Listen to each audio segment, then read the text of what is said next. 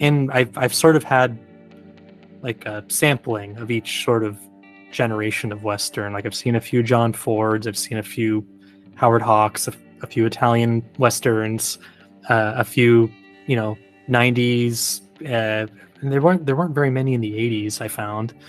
Yeah, not really. Yeah, there was like Silverado, and that was kind of it. Yeah, Young Guns. Back to the Future 3, I guess. But There you go. I like that one.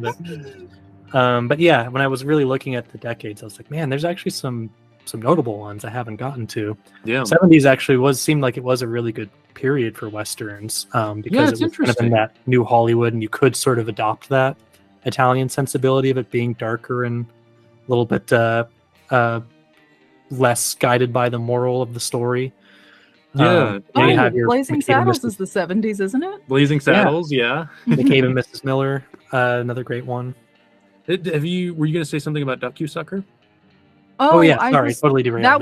No, it's fine. I didn't have a lot to say. I was just thinking that was probably my second favorite. Okay. I liked that one the second best, because obviously it should go without saying that The Good, the Bad, and the Ugly is my favorite. But I liked Duck You Sucker, I think, second best, and then probably A Few Dollars More. I agree with you on A Few Dollars More. That movie is really solid. Yeah, A Fistful of Dollars, I don't think it was in any way bad, but it didn't feel like The Man with No Name, did it?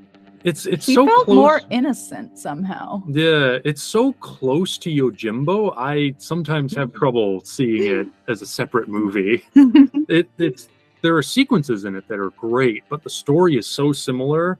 I think Kurosawa said it best. Allegedly, he sent a letter to Leone after he saw Fistful of Dollars and said, "I just saw your movie. It's a very good movie, but it's my movie."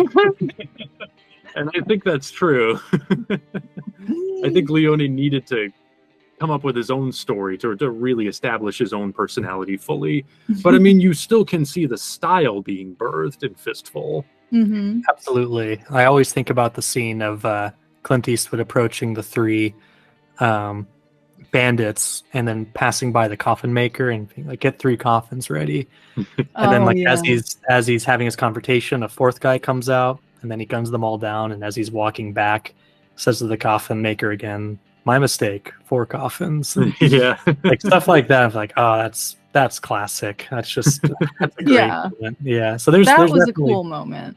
Yeah, there's a lot of great stuff peppered throughout Fistful, but I feel like, in that total vision of Leone, I think Fistful or A Few Dollars More actually is a really great kind of cohesive original vision, and I love the dynamic of Lee Van Cleef and Clint Eastwood in that movie, and the villain in that movie is really good too. I can't remember the actor's name, but was he the pot smoking one? Yeah, he was really good. I loved him. Yeah, and he kind of he's the wild card of that movie because he's a totally mentally unhinged crazy man who doesn't really have any clear moral reason for, or I guess he has a reason. They reveal the reason towards the end, but it's pot. Yeah. Did you know that's what he was? The reefer madness. Yeah. Did you know that's what he was supposed to be smoking in that movie?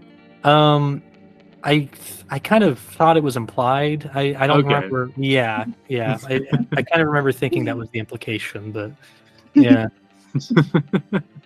They actually, I think there were still a lot of laws, so they couldn't say what it was in the movie. But yeah, they do imply it. And I think there's a lot of people that actually see it that don't realize that that's what it's supposed to be. I hope they do what they did with Reefer Madness if they restore it. And obviously they're not, like, when they colorized Reefer Madness, they made the smoke bright green because it was funny. It would be nice to just get a quick little joke cut of a couple scenes where the smoke's bright green. I was thinking too of it was a random joke. Like I was watching Good, the Bad, and the Ugly with my roommate Brett, and we were saying, like, a way to like make this way less cool is to have, instead of the characters smoking cigars, just have them all vaping. Like, it's like, it was just a random thought. It's like that.